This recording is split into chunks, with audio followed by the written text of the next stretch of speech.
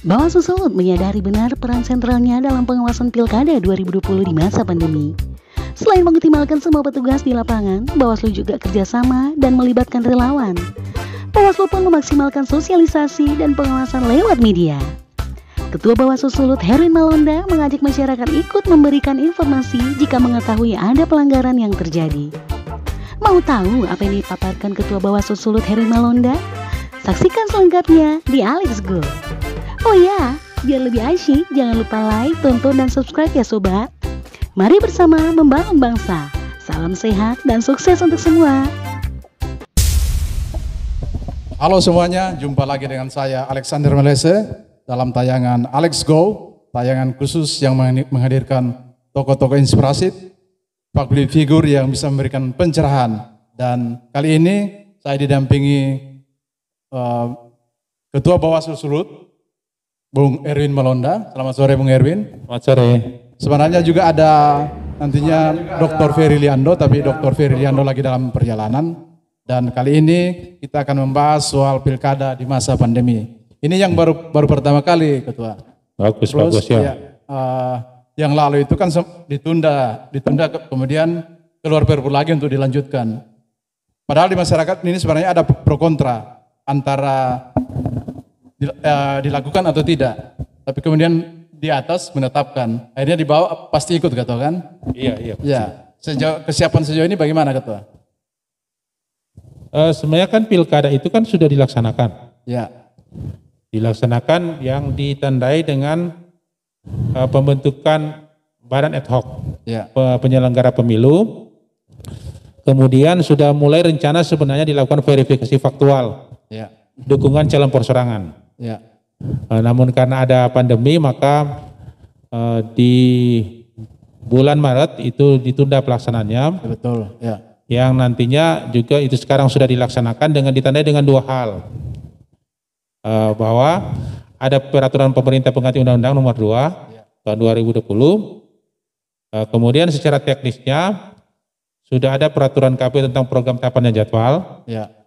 Dan yang baru keluar itu peraturan KPU Nomor 6 2020 tentang pelaksanaan pemilihan di masa pandemi pandemi COVID-19. Ya. Nah, untuk saat ini sementara jalan tahapan, ada sementara tahapan verifikasi faktual di Kota Manado, Kota Tomohon, dan Kabupaten Minahasa Selatan. Sebenarnya dengan Minahasa Utara, tapi bakal calonnya mengundurkan diri dari proses verifikasi faktual. Besok minggu depan tanggal 15 Juli akan dimulai pencocokan dan penelitian pemutahiran data pemilih. Nah, ini sudah kita akan coba ini lakukan ke depan supaya nantinya ini bisa berjalan dengan baik. Yang penting adalah bagi kita penyelenggara pemilu, sebenarnya kan kami ini pelaksana undang-undang. Betul. Apa yang diperintahkan oleh undang-undang yang ditandai dengan PRP 2 2020, kita sudah mulai merancang kegiatan-kegiatan, apalagi dalam domain Bawaslu di pengawasan dan penindakan pelanggaran penegakan hukumnya. Kita dalam saat ini sementara melakukan persiapan terkait dengan peningkatan kapasitas. Peningkatan kapasitas pengawas pemilu sampai ad hoc sekarang sudah kelurahan desa. Di seluruh Sulawesi Utara sudah terbentuk, dan kita sekarang ini strategi kita di setiap pertemuan, di setiap BIMTEK dan pelatihan, di setiap rapat selalu kita terapkan protokol kesehatan. Sambil protokol kesehatan juga sebagai salah satu strategi tugas-tugas kita depan. Bagaimana kita mengawasi di tengah pandemi. Kita sudah merancang strategi pengawasan tersebut berdasarkan jadi tadi ada pertemuan-pertemuan dengan ahli-ahli yang ada sampai ahli kesehatan supaya nantinya pengawas pemilu bisa secara terampil walaupun di tengah pandemi itu bisa melaksanakan tugas. Kalau anggaran untuk penanganan COVID-19 ini, protap kesehatan itu lebih diperbanyak sekarang, Ketua, bagaimana ini? Kita kan sebenarnya kalau ini kita sih akhirnya kan pilkada ini kan jadi mahal sebenarnya. Awalnya kan ini kalau dari sisi anggaran di awal-awal PRPU keluar, kita diarahkan sebenarnya untuk merefocusing anggaran. merubah kegiatan dalam bentuk tatap muka ke dalam bentuk menggunakan media. Cuma memang akhir-akhir ini ya kita harus kembali lagi melaksanakan tatap muka tetapi dengan protokol kesehatan. Padahal kita ini kan sebenarnya sudah mulai merancang atau menyediakan alat pelindung diri bagi penyelenggara wilayah ini, pengawas pemilu. Sudah mulai diadakan, ini saja mereka di kabupaten kota kita saat ini sudah melakukan rapid test. Seluruh kita berupaya semua ini diadakan oleh provinsi. Alatnya, tetapi kabupaten kota kerjasama dengan dinas kesehatan atau puskesmas. Memang ini semua untuk mengetahui jajaran kita. Memang ada beberapa yang reaktif. Yang reaktif kita lagi menunggu hasil pemeriksaan swab. Tapi posisi mereka sekarang kalau reaktif kita apa istilahnya? Kita bukan non job, kita jangan dulu mereka beraktivitas untuk ketemu langsung dengan orang lain. Bisa saja mereka beraktivitas di rumah masing-masing, melakukan karantina mandiri, tapi tugasnya mereka bisa lakukan. Cuma kalau ada hal mau ketemu kegiatan gini, akan diwakilkan oleh teman-teman yang lain. Kalau boleh tahu jumlah keseluruhan petugas Panwas di Sulawesi Utara kita berapa ini kan sebenarnya jajaran kita kan 171 kecamatan kali 3. Iya. 500 berapa itu? 500 saya itu baru 1838 desa kelurahan satu orang satu. Jadi kita ada sekitaran 2.000-an untuk ini, untuk pengajaran kita, ditambah sekretariat. Saya lupa sekretariat ada di kecamatan, ada di kabupaten kota.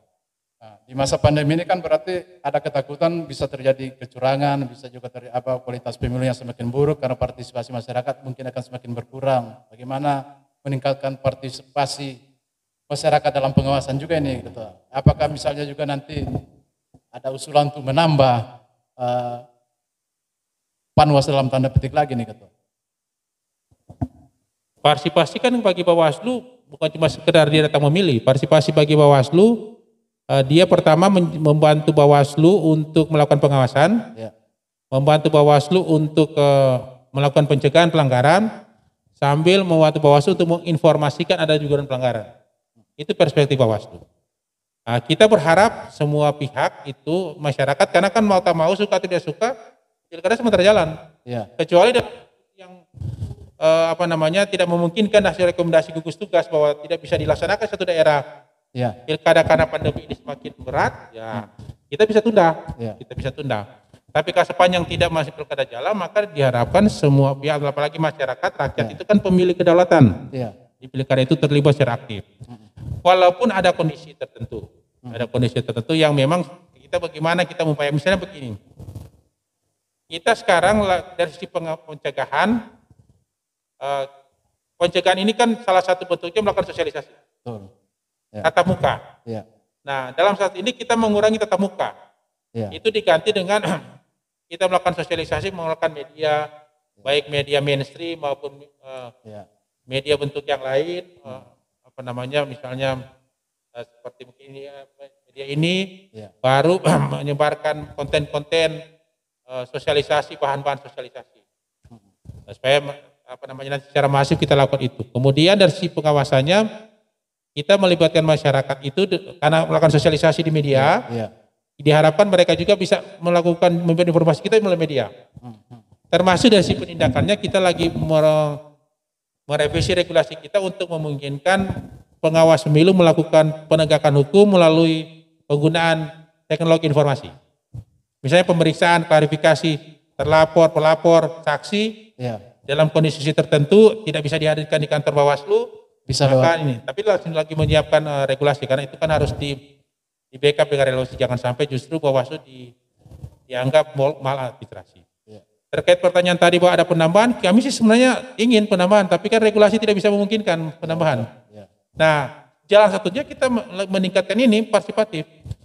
Minimal Bawaslu untuk sekarang untuk pilkada ada 77 agen pengawas partisipatif yang baru lulus dari sekolah kader pengawasan partisipatif. 77 orang.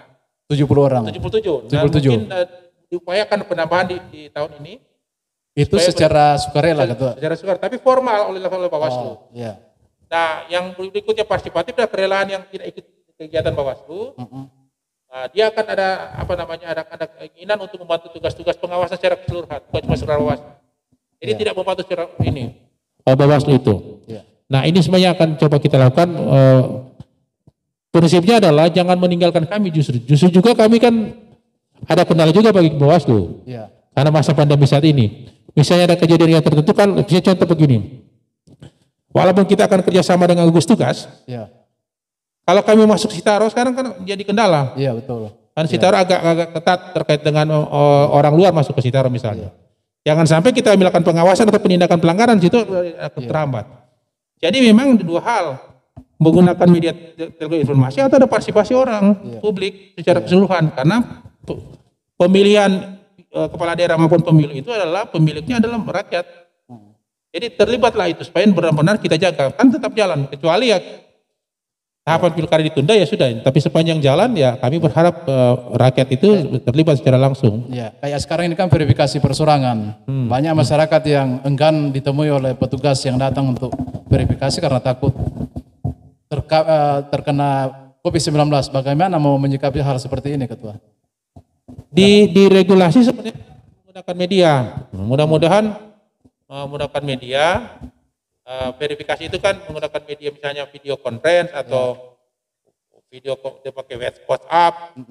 Supaya nantinya kan mau ditanyakan hanya satu yang mau ditanyakan ini kan kondisi apakah mendukung bakal pasangan calon ini. Ya. Kalau mendukung itu akan dicatat. Ya. Tapi memang ada kendala-kendala terkait itu. Baru berikutnya ini kan tahapan sekarang masing-masing calon sudah berkampanye, meskipun belum ditetapkan oleh KPU. Sudah turun dengan pasangan, ada yang sudah dengan pasangan, kemudian bagi-bagi sembako dan sudah mulai distribusi ini secara vulgar, secara apa, misalnya uang atau apa. Kan sudah ada di masyarakat itu. Itu belum ada penindakan atau belum ada aturan yang mengikat ini sampai terjadi begini, Ketua? Kita ini kan lembaga negara. Ya.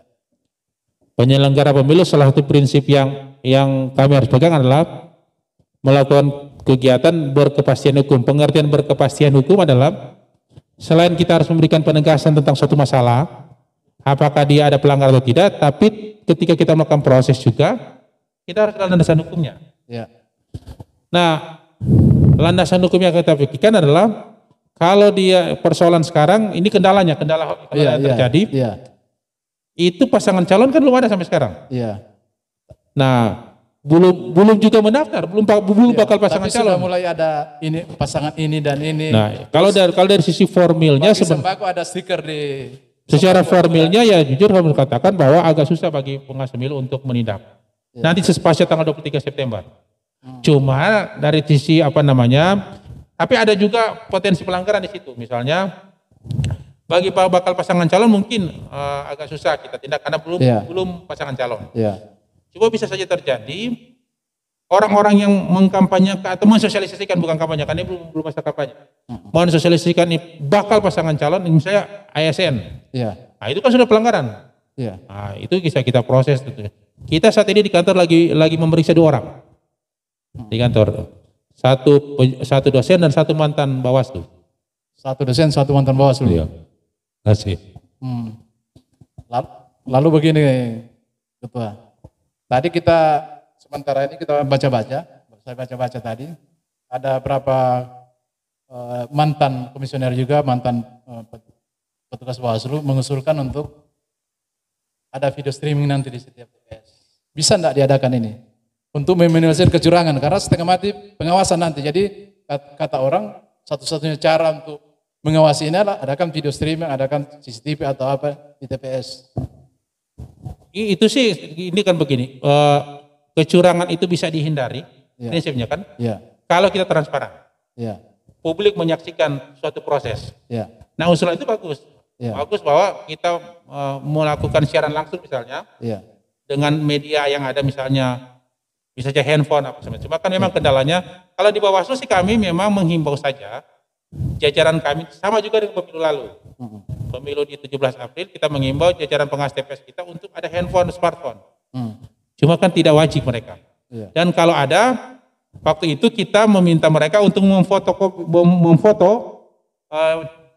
C1 plano. Dan itu dia masuk. Nah, kalau usulan itu bagus, nanti kita ini mudah-mudahan. Tapi saya yakin Tidak semua itu bisa dilakukan karena terkait dengan fasilitas, kecuali disediakan oleh negara. Cuma masalahnya anggaran tidak tersedia itu. Itu persoalan. Nah, mungkin ya terkait pribadi, kalau Bawaslu ada jajaran kita di pengawas TPS nanti ada mungkin handphone smartphone, tidak apa-apa. Itu kalau jadi kewajiban kita bisa lakukan. Nah, cuma ya sarana itu yang harus diperhatikan karena dia harus disediakan sendiri. Ya, betul. Ya, karena ketua ada acara di KPU, mungkin terakhir ini ketua, pesan-pesan untuk masyarakat biar lebih mengerti soal pengawasan pemilu nanti ini dan lebih bisa terlibat secara aktif untuk pengawasan. Ini kan prinsipnya begini, ini kan dengan pro kontra suka atau tidak, pilkada tetap jalan dengan di masa pandemi. Di masa kesulitan yang harus kita akan hadapi, maka jangan tinggalkan kami penyelenggara pemilu, apalagi Bawaslu yang akan memantau penanganan pelanggarannya. Ya. Silakan saja ini di sekitar masyarakat itu kalau ada dugaan-dugaan pelanggaran sampaikan. Nanti kita Bawaslu lagi membuka semacam media disediakan untuk pusat pelaporan supaya nantinya bisa diinformasikan ke Bawaslu. Kalau tidak mau jadi pelapor, informasikan ke Bawaslu. Sambil yang pertama bisa dilakukan, kemudian kan pelapor itu pemberi informasi harus tahu apakah ini melanggar atau tidak. Nah, silakan saja nanti juga kita akan menyiapkan media-media, baik tadi saya katakan media mainstream dan media yang lain terkait dengan sanksi dan larangan dalam pilkada ini yang tidak boleh dilakukan oleh semua pihak yang ada di dalam. Dengan itu kan dia tahu dan dia bisa berinformasikan kepada kami. Tapi kendala selama ini kan banyak masyarakat tahu itu pelanggaran dan tahu ada terjadi kecurangan di lapangan, tapi takut mau melapor. Itu saya bilang kan menginformasikan saja. Informasi saja kalau ini, apalagi kalau proses sementara jalan. Nah itu jajaran kita kan ada di seputaran situ. Secara berjalan kita bisa sampaikan ke jajaran kita. Kecuali jajaran kita ada yang tidur, nah, itu yang perlu ditanda awas bagi kita semua. Awasilah kami dalam bekerja. Jangan tinggalkan kami dari sisi dua hal. Membantu kami untuk melakukan pengawasan partisipatif, tapi evaluasi kami apa-apa kami sudah bekerja dengan baik. Sadap, mantap. Terakhir lagi ada, tadi juga ini kita lihat ini ketua. Pertanyaan yang sederhana, tapi orang ingin tahu. Sebenarnya kan ketua memang harus independen karena sebagai pengawas pemilu, tapi kan pasti juga memilih nanti. Teman-teman ada berapa Pemda di bawah dibilang, coba tanya ke Ketua Herwin, siapa yang akan dipilih nanti bisa? Siapa dipilih hanya saya dan Tuhan yang tahu. Ya betul. Ya, kaulah muda dan siapa saja yang menyaksikan tayangan ini, karena Ketua Bawaslu ada kegiatan lain dan segera akan meninggalkan tempat ini. Kami ucapkan terima kasih atas kehadirannya dan mudah-mudahan ini penjelasan singkat ini bisa meningkatkan partisipasi masyarakat dalam pengawasan pemilu nanti di masa pandemi. Ini pertama kalinya kita melakukan pemilu di masa pandemi, pemilu yang khusus. Dan nanti kita akan sambung wawancara kita ini dengan Dr. Ferry Lian. Terima kasih. Terima kasih. Ketua Herwin Melonda.